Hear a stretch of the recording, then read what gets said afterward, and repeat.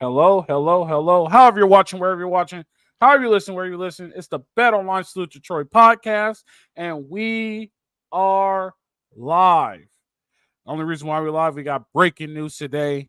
Top edge rusher Isaiah Gibson has decided to back out after a trip to Auburn, and he's decided to open up his recruiting. He's opening up his recruiting, said he wants to take more looks and see where it goes. There's two things that come from this.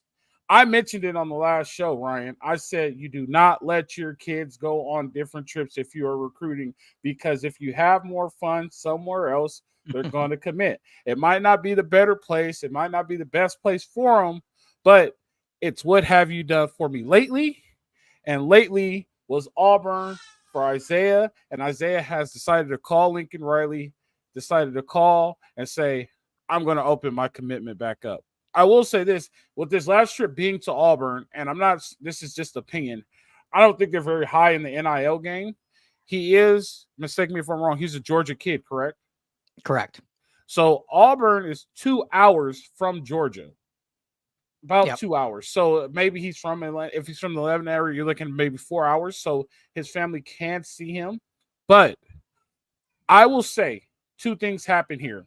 Scared of competition because there's two defense ends and Hayden Lowe just committed. Or he had a hell of a time last weekend. He's like, maybe Auburn is the place for me. So he backed out. He's opening up his recruiting. And I'm just going to say here, and I was told I was being scared by saying, don't let kids do this and that. At the end of the day, 99% of the time, I'm right all the time. So you do not let your kids go on other visits if they're committed, especially if it's a commitment, especially if it's school that's 4 hours away. So he's backed off. Is it a panic? I don't think it's a panic. We have two defensive ends. We got Gus Cordova, 6'5", 250, good-sized kid, 3-star commit. Maybe he might be a diamond in the rough. And then Hayden Lowe just recruited last weekend. So it's kind of weary that all of a sudden Hayden Lowe commits and then this Isaiah kid decides not to come to USC. To me, on the face of it, it looks like scared of commitment. But it could also be I want to stay home type of thing, a 4-hour commute. What do you think, Ryan? Well, first of all, what's up? I mean, first time live and basically since the season. So. In a long time. So what up, Jay? What up, Jay? What up, everyone in here? Thanks for coming, hanging out. This was an impromptu, not planned. So no promotion. So appreciate everyone jumping in here to hang out. Coach, hope you're well. Yeah, fun I am well. Show. Good. Another hot one out here. So, but yeah, I mean, it's been trending like this. It's unfortunate, right? Like, after On3 had their big, whatever they call it, their big summit, elite summit out in Nashville a few weeks ago. It started the chatter there and within the On3 experts that obviously they put on. So they're talking all these, that the chatter was that, Gibson was going to flip and potentially either Georgia, or obviously you just mentioned he had his Auburn trip. And we all knew, like, if we're being, and I know I'm the optimist here. I know I'm the glass half full, everyone calls me here on this show, but we all knew if we were being honest with ourselves, when both Justice Terry and Isaiah Gibson committed right after their visit in March, that was a shocker. I don't think anyone expected either of those two guys, let alone both, to commit to SC, especially right then, considering where they're from in Georgia, their ties to University of Georgia, or just the SEC in general. So it's not shocking that this happened. It's a bummer because it's now been months. We have this like potentially top-rated recruiting class. So it does seem like a sting in that regard. But I think just based on everything we knew about what was going into this ahead of time, it's not a huge deal. And then, like you said, two edge players already committed. Gus Cordova, who I want to talk about here in a little bit, I think is really underrated. I've been watching more tape on this guy, coming out of Texas. Amazing bull rush, obviously a different size and frame than maybe Isaiah Gibson, but seeing maybe what Coach Henne can do and Coach Nua can do with him, I think he's going to surprise a lot of people. And then obviously Hayden Lowe, who just committed last week, California kid. So obviously a bummer when a 5-star number 1 edge rated recruit decommits from your program. So, I mean, I'm not saying it lightly. I'm not saying it's not a big deal at all, but I don't think it's doom and gloom because of the guy's already committed, and B, huge recruiting weekend last weekend. There's still potentially commits coming from that. Huge recruiting weekend again this weekend that they could potentially get recruits from. So, one guy does not make your recruiting class overall over the course of program building. I mean, just ask SC from 3 years ago when Corey Foreman committed to SC as the number 1 prospect in the nation. And unfortunately, we know how that panned out. So a different scenario, obviously, I know. But yeah, bummer, but not the end of the world, I don't think. I will say this, and it's not the end of the world. And here's the difference between when I played and what's happening now. There's a lot more media coverage and recruiting. Kids flipping is not a new thing. You know what I mean? So now everybody's like, oh, it's a panic. It's not a panic. That's the reason why you recruit more than one kid at that position. Hayden Lowe is a 4-star athlete, right? Gus Cordova, like USC Jay said, he's the second most recruited kid in the country. Like, we had 3 edge rushers that were probably the top in the nation coming to USC. Now we have 2 that's top of the nation coming to SC. Am I going to put a panic on for a freshman that decided to decommit? No, we haven't even seen him play college football yet. I think that too many people get caught up in the hype of the stars. The stars don't mean anything because they have yet to play it down, right? Belichick said it great. I mostly look at 3-star guys that's coming out of high school to play on my team. Their best player probably in the history of their program was probably a 1-star guy. Now, we'll say he's about 3 or 4 because he did go to Michigan on scholarship. I want to say that. He did go to Michigan on scholarship. But he didn't play at Michigan, right? He was the 7th round pick. He was not that good. And he ends up being one of the best pro quarterbacks in the NFL. There's a lot of things. Same thing with Pat Mahomes. Pat Mahomes was not a 5-star athlete. Pat Mahomes went to Texas Tech. Pat Mahomes is going to end up being the greatest quarterback in the NFL. The cornerback who caught the pick in the Super Bowl went to a Division II school. Tyler Lockett went to Kansas State. People get so caught up in what the media does with these stars and everything. Rivals is probably the worst thing that happened to the fan for college football, because they get so caught up in, oh, he's a 5-star, so we're good. You don't look at that. Let's look at how big is he, how big is his parents, and how explosive is he. That's the upside you're looking at. I could go get a 6'5" kid that's 250 pounds. His dad may be 6'7", his grandpa may be 6'7", his mom might be 6'1". That kid has a ton of upside. Next thing you know, he's great. You get what I'm saying? Lofa wasn't a stellar athlete coming out of high school. He went to the University of Maine. Guess what? Lofa just stars win championships. Look at UGA, Alabama. Well, UGA, Alabama was an NIL 10 years ago. So let's be realistic about what's happening. So if you guys really think stars matter, then how many? If the SEC is such the best conference, only 2 schools get 5-star athletes. So that means the rest of the conference don't matter because they get the 3-star athletes and the leftovers. Like, if we're being realistic about it, like, we're talking about legit recruiting. I don't care what a star looks like. Like you said, Corey Freeman was a 5-star athlete. Where's Corey Freeman? How great was he? Right? Like, it's a realistic thing. The problem is that we're doing the same thing that Clemson did, Alabama did. Where did Bryce Young go to high school? Mater Dei, California. Pulled him all the way to Tuscaloosa, and they paid for him to go there, right? Clemson, DJ Ukulele, California, went all the way to Clemson. Now we're doing it, and SC fans have a problem with it.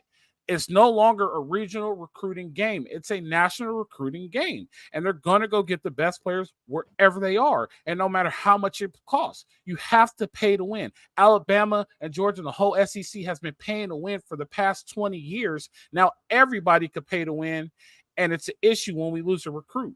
This isn't the first recruit we're going to lose. This isn't the last recruit we're going to lose. It's not a panic. It's not a 911. We got 2 6'5" guys coming in at the same position.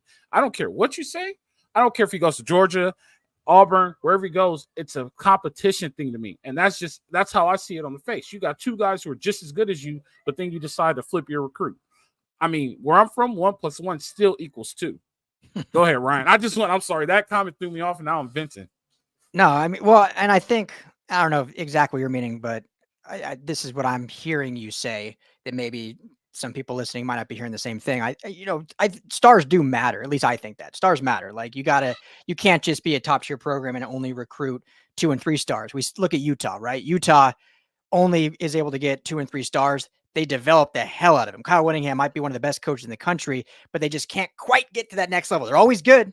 They're always competitive, but when push comes to shove against the elite of the elites, they can't quite get over that just because they don't quite have that talent. So stars do matter to an extent. However, it also matters so much more than just that star rating. Look at a guy like DTR, Dorian Thompson-Robinson. I know we don't like talking about UCLA on this show, but he was a 5-star quarterback, had only played 1 year, not even 1 year of high school ball at Bishop Gorman out in Vegas because he was backing up Marvell Tell or whatever, went to Miami.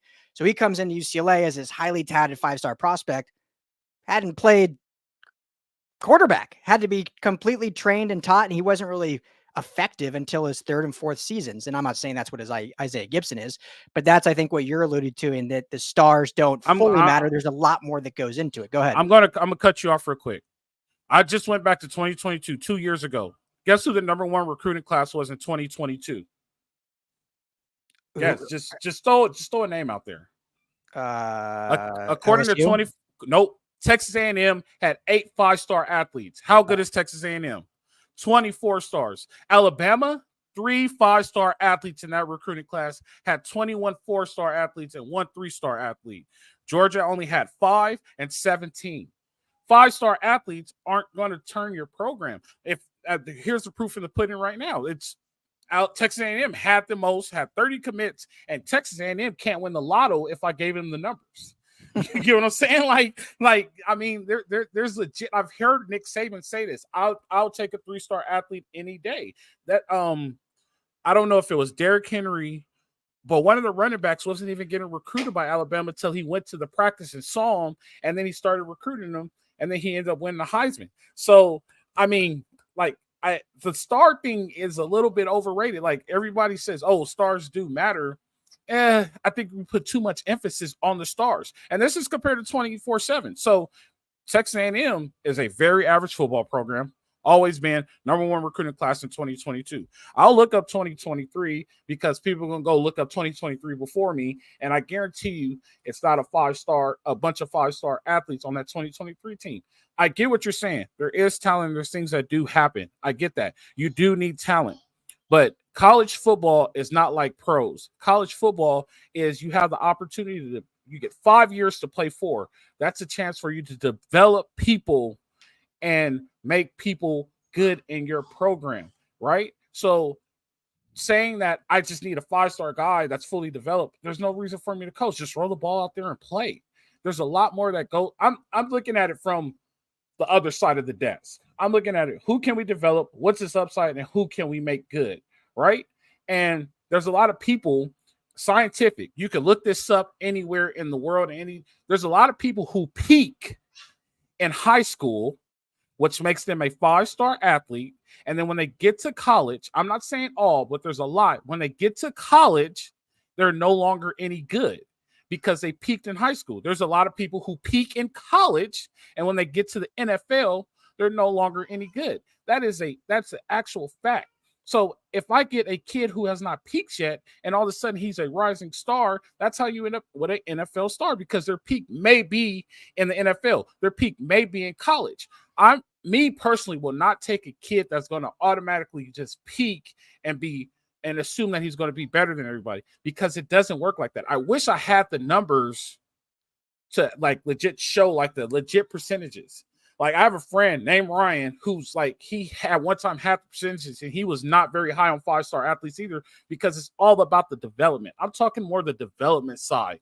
Like 5-star, more than likely, I won't throw an outrageous percentage, but I'll go 60% peaked in high school. And when they get to college, they're either the same level or they don't get any better. That's where I am I'm just talking more of the developmental stage. You know, does that make sense, Ryan? Yeah, I mean, that's obviously extremely important. That's why even past classes under Clay Helton that were highly rated didn't do well, because they didn't get developed. Real quick, I just got to at least comment on it. So Brenden, first of all, super appreciative of the engagement. I mean, even if we don't agree, love it, but we never were cheering or pulling for Grinch on this show. So you must be thinking of someone else. That was definitely not us. We've been calling Grinch out since the first year they were here.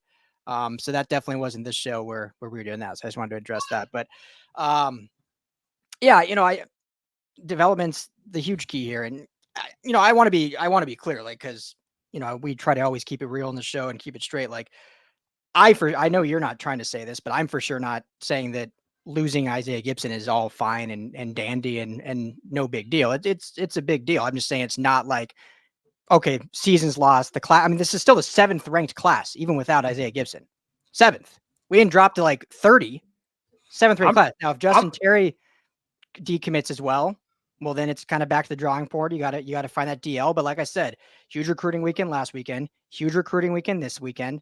You have December is when signing day is. Other kids are going to flip again, right? There's kids that are committed now that might flip to SC.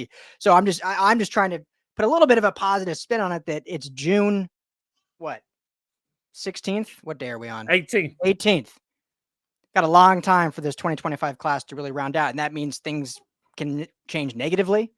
Also means things can change positively. And what comes down to it, I saw someone else comment up in the beginning of, Coach Henny's been proclaimed the savior and he's overrated. I'm paraphrasing, but I saw something like that. And, that's something I completely disagree with, because we know, regardless of what the class, and this is what you're saying, Coach, regardless of how many 5-stars are in this recruiting class, we know Coach Henny can develop.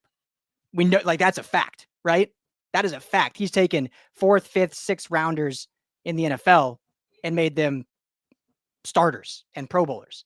And so a guy like Gus Cardova, who's a 3-star rating, you put on his film, the strength, the bull rush, all the stuff that he's able to do, seeing him with Coach Henny, this might be a guy that everyone's like, how is this guy not a 5-star? And that's what you're saying, where the stars are a bit inflated because we don't know what they are until they're in the program.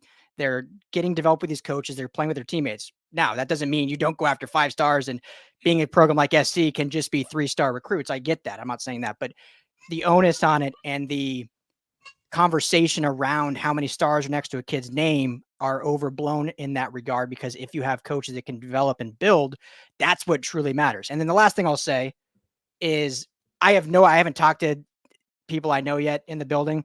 I have no idea if this came down to money or whatnot. So I'm not saying that. I don't have facts on that, but we know even with USC's improved NIL, like, there's only so much money to go around. And so if Isaiah Gibson was on the fence, which it's no secret that he was, as a coaching staff, you say, all right, do we want to commit 5 stars, probably over $1 million, right? All 5 stars out there getting over $1 million in NIL. Do we want to commit to a guy $1 million that may get him to stay his freshman year, but if everything doesn't go exactly his way, he's in the portal next year? Yep. Or do we take that money and go to a kid that is just dying to be a USC Trojan? Maybe he's a 4-star, not a 5, but we know he's Miller Moss. He's here to stay. Right. I'm just putting that out in the universe. I agree with you on that. Like, and that's like one of the factors that goes into it. And I'm going to disagree with you on the fact that it is okay that the kid flipped. Like, it's not the end of the world. It's not going to stop the program. At the end of the day, that means he's never wanted to be there anyway, and he would have been gone in December. So now we committed $1 million to this kid. Oh, I agree. He's a cancer in the locker room, and then he shakes on you in December. But we all want him in our program, and we're asking, well, it's Lincoln Riley's fault. Well, you guys wanted him.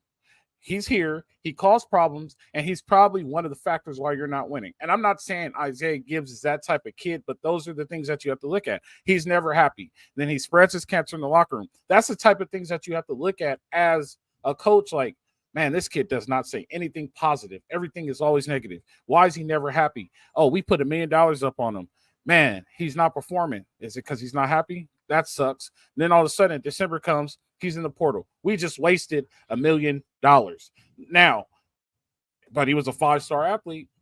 You get what I'm saying? Like, when people want to be at your school, and when you're recruiting them that they really want to be there. You get caught in between parents wanting you to go there and you wanting to be there. You get what I'm saying? And this could happen a lot with SC. And it's not even, let's take the football out of it.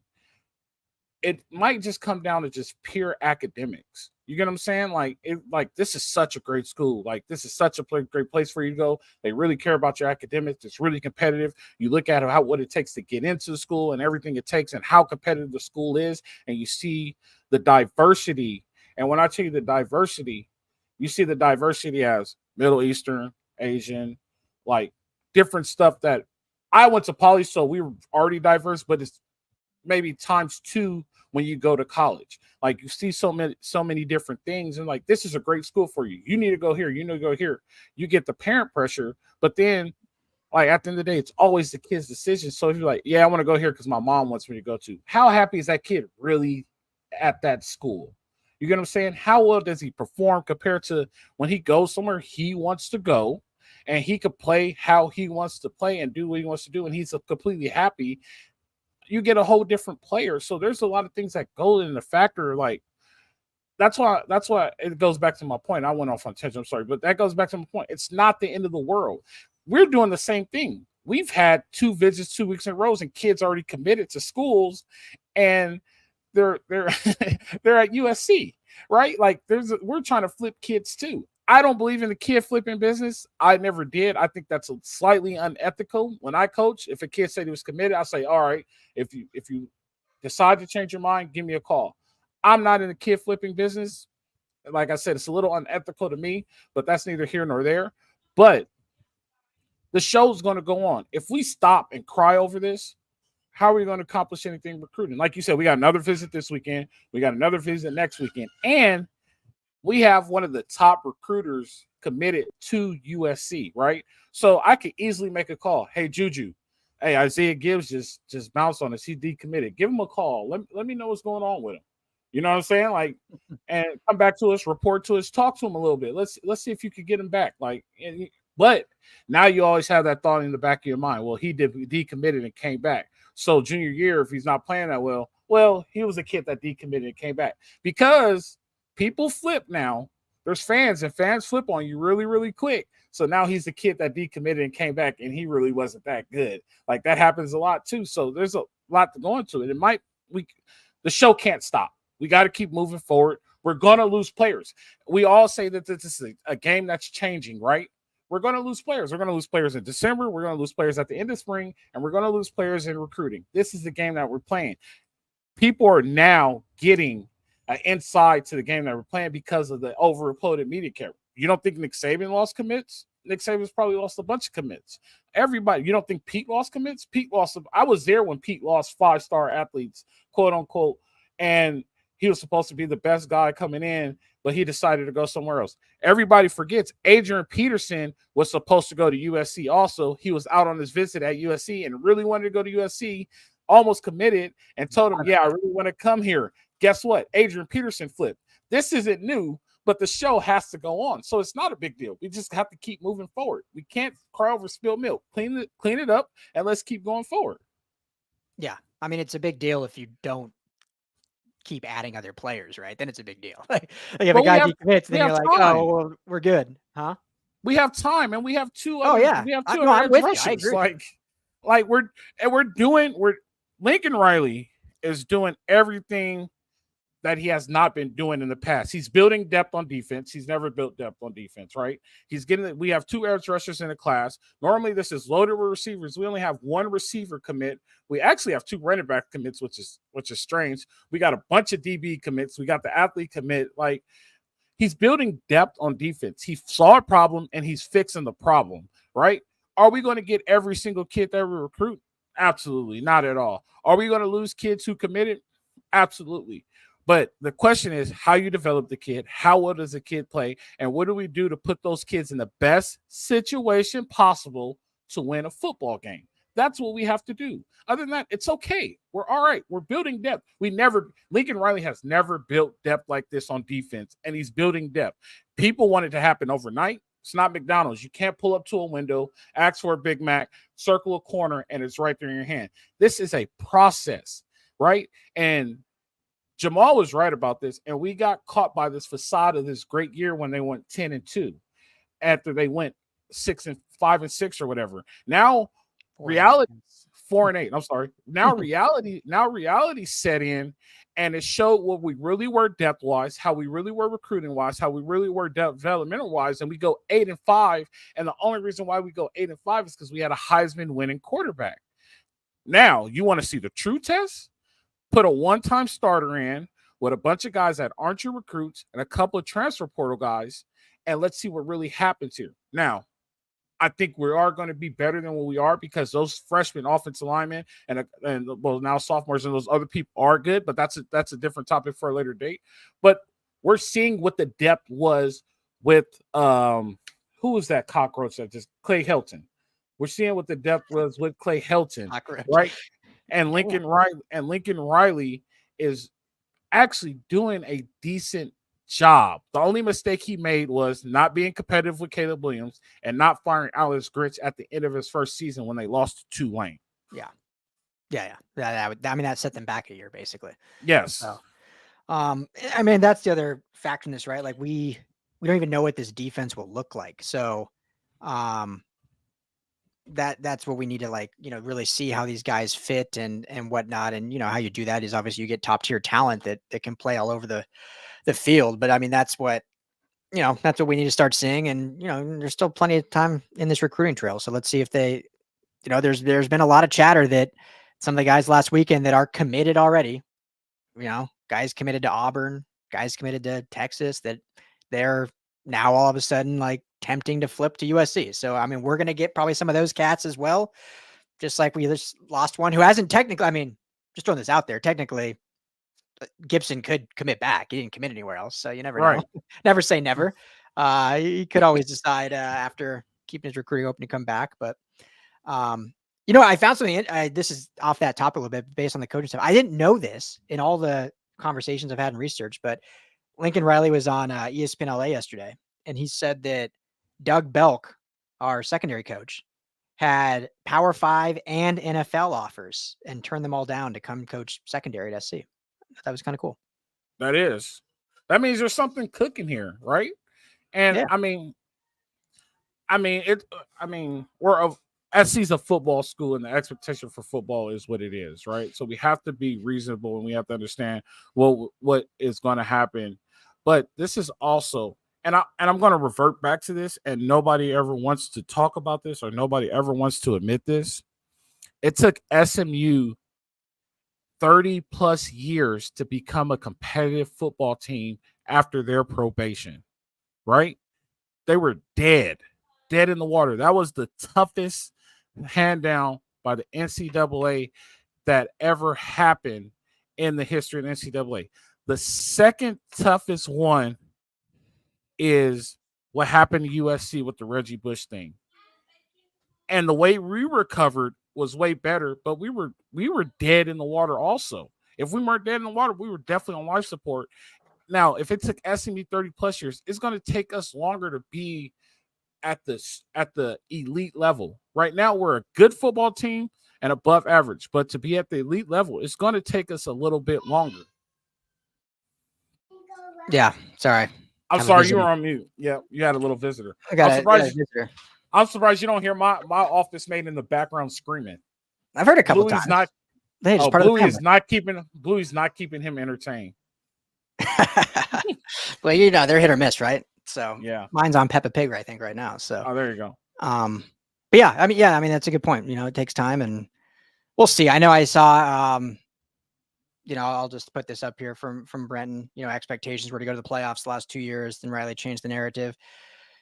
Yeah, I get that. And that's been something we've talked about a bunch of kind of how, there was all the hype after year one, and then kind of Lincoln Riley in year two was like, well, I think those were a little unfair expectations. We knew it was going to take time rebuilding, blah, blah, blah, blah, blah. To me, all of it is coach speak anyway. Like even the first year is coach speak. Like, what are you going to say? Oh, we went 11-2, but we're not that good. Like these guys didn't work hard. Like, come on, you can't come out and say that. You say, yeah, we knew we were going to build some. So I don't put it, me personally, I don't put a lot in that. I know a lot of people do, which is fine. I care about what's happening right here and now and in this moment. And since that season ended, or should I say since December 1st, before the Holiday Bowl, when they hired Danton Lynn, we've seen nothing but growth and positive trajectory. This is kind of the first, I think, truly, if we're really being honest, yeah, a lot of the transfers may seem like, Damani Jackson, all these guys, but if we're truly being honest, this is probably the first real negative since December. And I think you take that as a win, right? 6 months of positives, and we haven't played it down to football. Like if this is a negative, then our season's looking very, very good, because I don't just consider this a negative. I just consider it's a part of the game, right? Yeah. Like, at the end of the day, it's a part of the game, and it happens more often than you think. There's a lot of no's that happen. There's a lot of flips, and there's a lot of people who change their mind. In fact, the saying goes, the undefeated recruiter, the person nobody can out-recruit in the history of football, no matter who you are, is that kid's girlfriend. If he has a girlfriend going to a school, she's going to win 100% of the time. You know what I mean? Like, and I've lost to girlfriends multiple times. So the girlfriend always wins, right? And it just is what it is. I will say this. Lincoln Riley should have said after that Tulane game, my defense coordinator sucks, but I'm going to keep him because he's my best friend, and we know that. And it'll be interesting because he comes down in Wisconsin, so that's going to be a very interesting game coming to the Coliseum. And we're gonna put 800 up on him, and they're like, "See, that's why you got fired, bro." Like, I don't understand how Wisconsin hires a dude like that. I hope on the first play of the game against Wisconsin, they run a wheel route with Woody Marks out of the backfield, like Utah did with Simone Vaki against us, and just see if Wisconsin puts an edge covering him and just take it to the house. Let's do that for the first play of the game. We're going to run outside zone so much because there won't be an edge on the defense. It's going to be ridiculous. But I will say this. Losing Damani Jones, we got two better, right? Damani Jackson. Damani Jones is like the Hall of Famer. You're giving him a lot of great Hall of Famer, Damani Jones. Damani Jackson, losing Damani Jackson, and we end up getting UCLA's top two defensive backs, right? And they're both on watch lists. So, I mean, like, it's all positive. It's a part of the game, especially with this new game with NIL and recruiting portal. It's a part of the game. We have to learn how to take the losses with the wins. And there's going to be losses. The question is, how do we minimize the losses and have more wins? That's the question we have to figure out. So this is what we're considering this our second loss of the year. The guy who completely just played us, the offensive lineman, he came, collected his money, and then he went back to Florida. Like that guy, that was a loss. Yeah, that was a loss. And then Isaiah Gibbs was a loss, but it's not technically a loss because that's recruiting, and he hasn't stepped on campus yet, and no check was written. So do you call that a loss, or you just call that lessons learned? Let's figure out how can we get better so we can minimize our losses and get more wins. So with that being said, calm down, people. No need to panic. We're okay. We still have two edge rushers that are very good. We're still recruiting. I believe we had an edge rusher who came in last weekend also, right? Mm-hmm. So we're okay. It's okay. As long as we keep recruiting, like you said, Ryan, keep moving forward, we're good. We're going to be all right. The problem is we need to go back how it was the old days when y'all didn't know what was really going on. And so people don't panic, right? Yeah. So too much information now, which is way too much information, which is what keeps us in business. So I'm not complaining. No, 100%. We obviously purvey a lot of that information out, but all right. Last thing on edge, and then I got a question for you on the positive on the offensive line real quick. We can kind of wrap up with that. So I'm sure everyone knows this by now, but Gus Cardova shut his recruiting down. So, I mean, he's, unless something changes dramatically, he's fully in. And Hayden Lowe, as we talked about last show, was scheduled to visit Oregon last weekend, canceled that visit to come to SC and committed. So he seems all in too. So at least with the two guys that are currently committed, it seems like there's no even chance of them flipping. I'm not going to say never, knock on wood, but those guys seem fully in. So it looks like we got two very good edge guys confirmed for 25, and I'm sure they'll still try to add one more, obviously, with this loss to Gibson. So, all right, offensive line question. And I know you haven't been high on this guy, but I thought this was interesting. So yesterday on our Rams show, any Rams fans out there? Don't you mention Dedich. Don't mention Dedich on this show. No. Current SC. On our Rams show yesterday. So check it out. Rams LAFB is the YouTube, or just LAFBnetwork.com. We had Max Chadwick, who's a college football analyst for Pro Football Focus, and his most underrated returning offensive lineman in the country is Jonah Monheim. And I know you haven't been high on Monheim, but since moving to center the diversity of where he's played every position in the offensive line, his size at center for the Big Ten. I think a lot of fans should be actually really excited about the prospect of Jonah Monheim this year at center. Maybe if he was still, left tackle or right tackle, there'd be a little more uneasiness. But having that experience, but now taking that size and agility to play center, because he's quite a bit bigger than Justin Dedich, quite a bit. And now he's the center. I mean, I think there's a lot to be excited about. I'm from Missouri on that one. Show me. I'll leave the jury out. I'll let the jury stay on that one. I'm not going to comment. I hope the whole team at this point. Show me. Yeah. So here's the good thing. I will say this. You want to end on a positive? Let's end on a positive. Here's the good thing about this. And you said there's been a lot of positive.